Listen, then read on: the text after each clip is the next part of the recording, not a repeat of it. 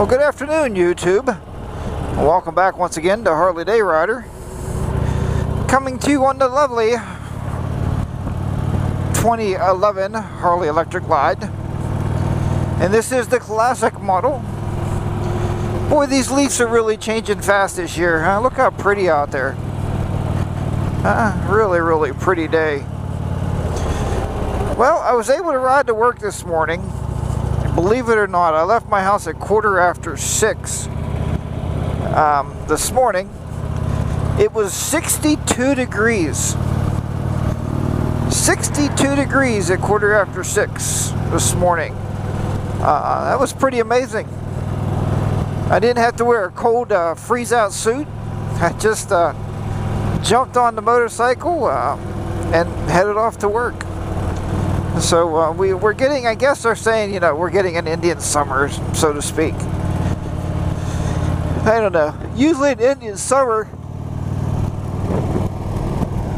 when it does hit, it'll usually last longer than what they're talking. I mean, they're only talking 3 or 4 days. I really like that house for sale right there, but I wish the driveway was paved. But yeah, an Indian summer usually lasts here like 3 weeks. You know, we usually get well into November, we'll have summer-like weather. But this week they're just calling for like 1 week, and that's pretty crappy.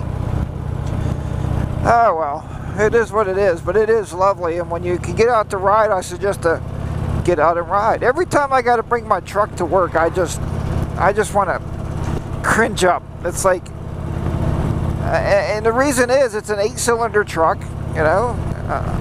I'm driving 20.5 miles to work, and that truck seems to like to eat the gas. So in July, my truck is leased. In July, that truck will be going so long, goodbye and sayonara. I don't need that big engine to come to work. So we're going to trade it in on something more energy efficient. And not only that, I figure if I buy something with cash, if I buy a car with cash, what I'm going to do is, I'm hoping anyway, to buy myself another motorcycle. So if the wife's watching this, I know I'm going to eat those words. But if I'm going to make payments on something, I'm going to have 2 bikes. I'm going to have this bike because I don't want to get rid of this bike. I really, you know, I love this bike. I love the way it rides. I love the way it handles. And I don't want to buy something else like this. I'm looking at either getting a street bob and use that for like around town, like work bike, you know, whatever. I mean, I could use them both, but just have another bike. Either the street bob or the Iron 883. I think we've talked about that before, but I'm getting real close now because, like I said, next July my lease is up on my truck, so that's going back. And I'm just going to buy a work vehicle for cash. Just buy a cash outright work vehicle and use that. So that's my plan. I'm sure that plan may change because, you know, I do have Mrs. HDR to be concerned with. And we'll have to definitely chit-chat about that a little bit. So, but yeah, it's a possibility. The only thing I see bad about that when you have 2 motorcycles is that you have 2 services, 2 oil changes, 2 sets of tires, 2 inspections, you know, and all that. I mean, but and again, it would just be cool to say that I have 2 different motorcycles. You know? But I mean, this one fits the bill. I mean, I've been riding this one everywhere. You know, it's been a country bike, it's been a highway bike, you know, a nice highway bike. It's been a touring motorcycle, so I use it for everything, and that's good. And I believe one bike could be an all-round motorcycle and do everything you want it to do. I really do. But I've always wanted 2 motorcycles because I'm greedy that way. But we'll have to see. We'll have to see how the new job works out.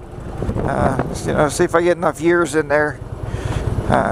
Or I'm still looking at. I'm still working at opening my own company, so I am dealing with that pressures and those issues. And if I get my own business going, and you know, I mean, it looks very much like I can't.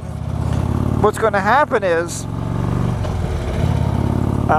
then I'll be set for life once I get my own business rolling up and rolling there. And I'm hoping to expand that business to every state, and that will allow me to live at different times down south. So that's one of my plans during the winter months, is to live down south and be able to control and run my business from there as well as from here in Pennsylvania. So kind of working on that. It's a little tidbit of information there I'm sharing with you.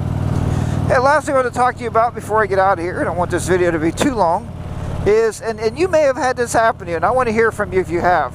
So I was riding along this morning, and you've seen my morning commutes. If you didn't, go back a few videos ago and take a look. But it was pitch dark, right? And I had my lights on, obviously, and I turned the high beams on. I'm cruising along. I'm not going fast this morning. I was getting ready to turn off into the main road to go to work this morning, and right dead in front of me was a dead raccoon. I couldn't even swerve or nothing. What do? You know, do you try to dump the bike real quick and then flip it over? No. You know, and when you go to the BRC course, when you come to an obstacle and there's nothing else you can do, you know, give it a little throttle. You know, like, so you're getting up on it there and throttle it up.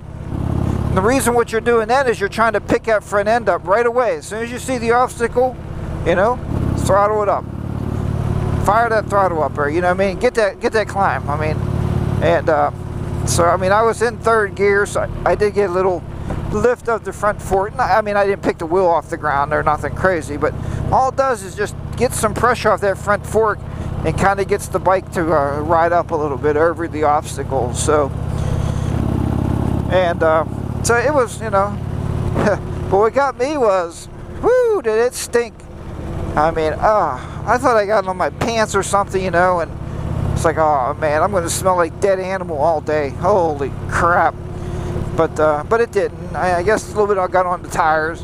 But by the time I came out from work and I got to the motorcycle to come home, it's perfectly fine. So that's a good thing. But have you ever done that? Have you ever run over a dead thing?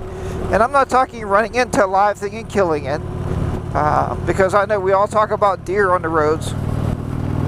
But I'm talking about, have you ever ran over anything that was already dead? Accidentally, purely accidentally, because we try to go around that stuff. And what always worries me, and maybe it's just nothing, but is a bone like going through my tire. Has anybody ever had that? Is that even a possibility? Can a bone go through your tire and flatten your tire by running over a dead carcass? I don't know. But I'd like to hear from you guys out there, all you guys watching. Or maybe let's just say you guys watching, like that, whatever. Another guy ride this morning, or today, this evening, on the way home. But yeah, let me hear if you've ever run over any dead things, and let me hear how that worked out for you. I did. That's the first time I've run over anything dead. It was dead. I didn't hurt it, obviously, but it just feels weird, you know. You sway around most things, and all of a sudden, one day, you just clang right on them. So hey folks, remember out there, ride your own ride, be safe, you know, it's your motorcycle, you are the commander-in-chief of the motorcycle. Pay attention out there, take care of yourself and your loved ones when they ride with you. Until next time, Harley the A-Rider will be down and out once again in southwestern Pennsylvania, where it looks like it's going to rain over there. See how dark it's getting? Over there.